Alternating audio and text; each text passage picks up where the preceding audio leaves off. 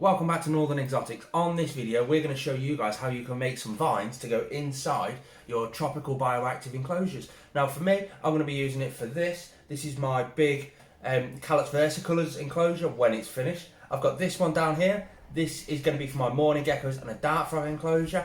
I've got Mushu up here and he's Calix versicolor. He's going to get one in there as well. So with the variety of the different sizes of animals, we need to make them in different sizes, different thicknesses, different durabilities.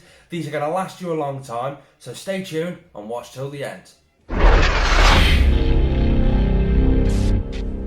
Now you're only going to need a few things to do this. What you're going to need is one, this is a box of cocoa fibre, topsoil, leaves. It's got loads of little bits and bobs. This is a general bioactive tropical substrate. You're going to need some silicone. Now ideally you could do with a black silicone, a brown silicone, a dark coloured silicone. For me, I can only find white, so that's what I'm going to have to do. Some scissors and the material we're going to use. Now for starters, if you haven't already got a little bioactive mix already made up, this one cost me next to nothing, and let me explain what actually goes into it. This is basically just topsoil, your normal bog standard organic topsoil. It's got to be organic. You don't want to have pesticides, fertilizers, anything like that inside there, because you may cause damage to your animals. So organic topsoil, that's a must.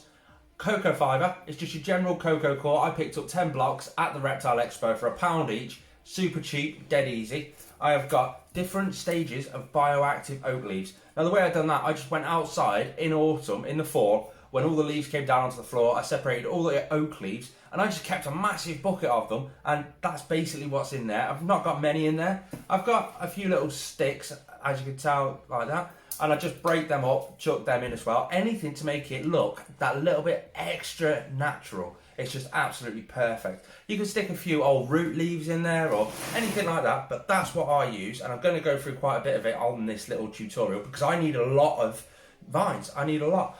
Like I say, I've got this big enclosure back here, I've got this big exoterra down here, I've got that big wooden enclosure up there. I've got a lot to do. The next thing you want to do is, this material is, let me cut it for you.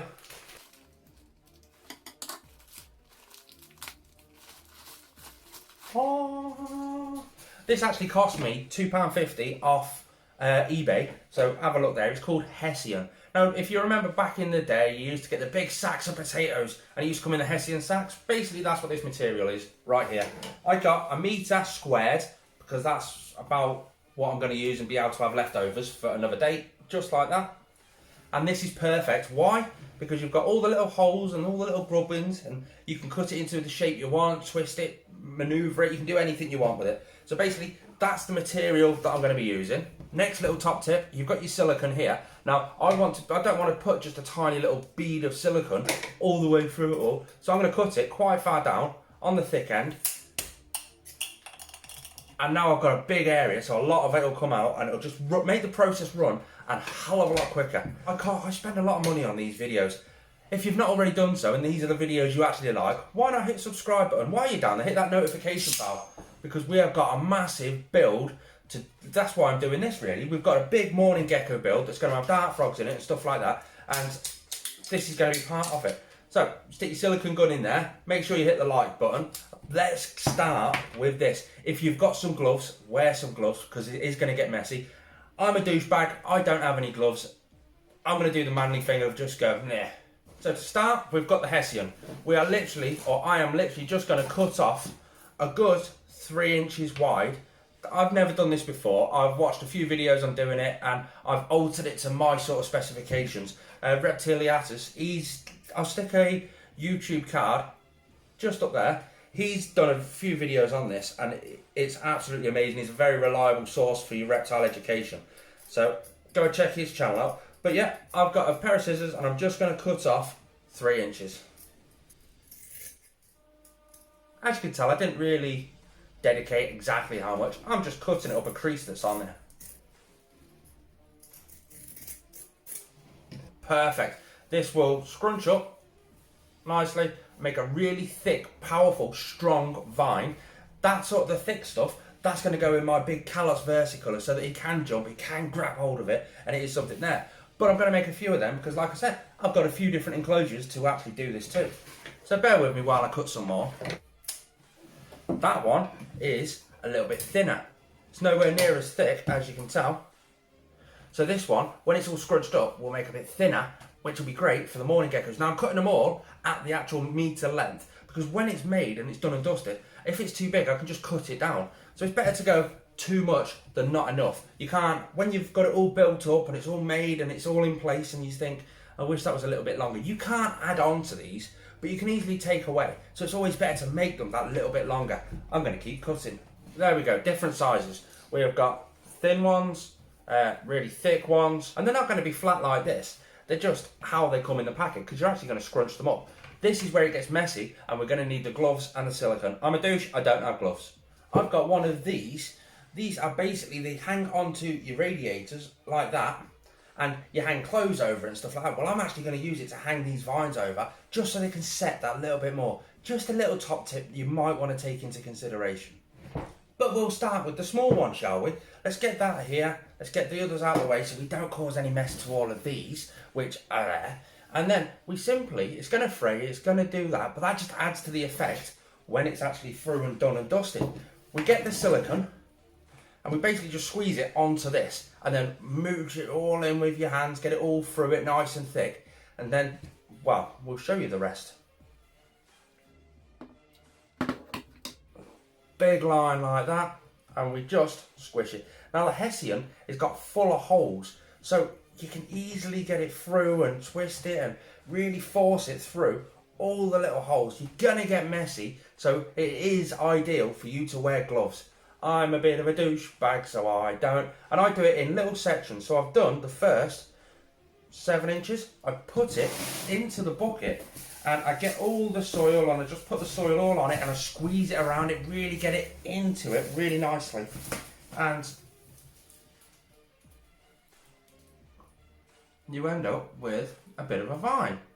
So I'm going to squeeze some more onto it because it is white silicone. So I really want to get it forced in there so no white actually shows through. But then, when that bit's done, lean it like that, silicone the rest, and keep going, and keep going, and keep going. That is it. You're going to get covered in crap with this video. So, if you like getting muddy, if you like learning something new, hit the thumbs up button. Just why not? Because it is fun, and you just keep going a few inches at a time. I do not go light with the silicone, add quite a lot because it does need quite a bit. And then you just keep going. There's another 6 inches done. I'm going to fold it all up, squish it all throughout the actual thing, and just keep going. That is it. The more uneven you get it, the more naturalistic it actually looks. So you just keep going. There's another 6 inches. I'll put a bit more down this end just here because it's all over my hands now. Then we drop that piece in. Do the same again. Cover it with the dirt and the soil and the substrate. Really squish it into every little nook and cranny that's on there. Go over the top with this because you really want to make it look as natural as possible. Give it a little shake. I love how all the leaves are attached to it. It just looks so natural. Right, let's carry on. There, and add some more silicone. This is such a fun project, but it can get a little bit tedious. So if you're doing it with your kids, just be mindful. They might get a bit bored after a while. Really fill the material, whatever material you're using, proper fill it up. Go right the way to the ends. Just get messy. And then when you're done, you'll end up with something that looks like that. How awesome and natural does that look? You're basically just going to end up with stuff like this. They're absolutely, look how naturalistic they actually look. I love how leaves have attached to it. We've got roots and spines and just loads of little bits and bobs. Even the bottoms, look how they are. Now if you want to know how to attach these into the enclosure, that's possibly going to be my next video, how to make vivarium putty. So I'm going to go and crack on with all of these right now, and I'm really going to push for all the different sizes, really make them all texture cool. I've got to, yeah, they're going to be absolutely amazing. I'm going to put them into the enclosures, build all the enclosures in future videos. If that's something you want to see, make sure you do hit the subscribe button.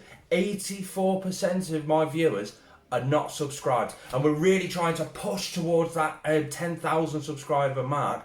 That's coming up so quickly. So if you're one of those guys that's not subscribed, please consider subscribing. You don't have to hit the notification bell. I would appreciate it if you did hit that, so you get notified with every single video that we upload.